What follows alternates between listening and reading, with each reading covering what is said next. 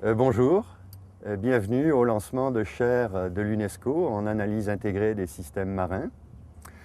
L'idée de cette chaire a germé l'année dernière lors de la réunion de la Commission océanographique intergouvernementale où le principe d'avoir une chaire dans le domaine maritime a germé et l'idée aussi que cette chaire pouvait avoir sa place au Québec.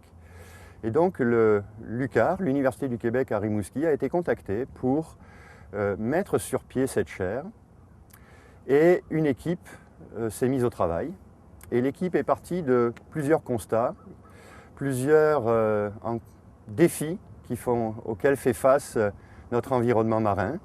Des défis environnementaux, défis de surexploitation des ressources, défis sociaux, culturels, économiques. Et constat également que nous sommes mal outillés pour pouvoir considérer, appréhender, analyser ces différents défis globalement interreliés. Nous manquons de chercheurs, nous manquons d'expertise et nous manquons d'outils d'analyse. Et également, nous sommes partis du constat que l'expertise, nous avions ici une certaine expertise, une expertise certaine même, pour aborder ces problèmes avec au Québec, toutes les maisons d'enseignement que nous avons, avec les chercheurs de nos différents ministères, avec l'expertise technique aussi qui se développe, et également qu'il existe une expertise et des expériences chez nos partenaires du Sud qui pouvaient également nous être utiles. Notamment, je pense à l'Institut mauritanien de recherche océanographique et des pêches, qui intègre depuis longtemps les aspects sciences humaines aux aspects sciences naturelles dans l'évaluation de ces pêcheries. Je pense à la Fondation internationale du banc d'Arguin, avec sa longue expérience de mise en place et de gestion d'aires marines protégées. Et donc, en se fondant sur toutes ces expertises, on a donc orienté la chaire selon deux grands volets. Un volet formation, avec une formation de type formel, universitaire, avec notre partenaire qui est l'Institut universitaire de pêche et d'aquaculture du Sénégal, où nous allons mettre à profit nos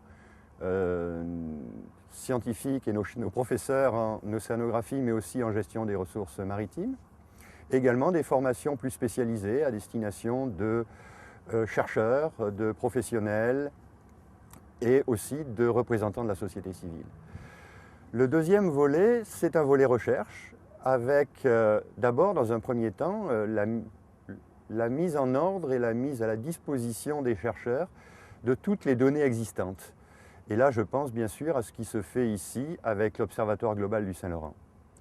Le deuxième aspect va être de travailler en collaboration avec nos partenaires sur des études de cas, notamment en relation avec les chercheurs du ministère des Pêches et des Océans du Canada.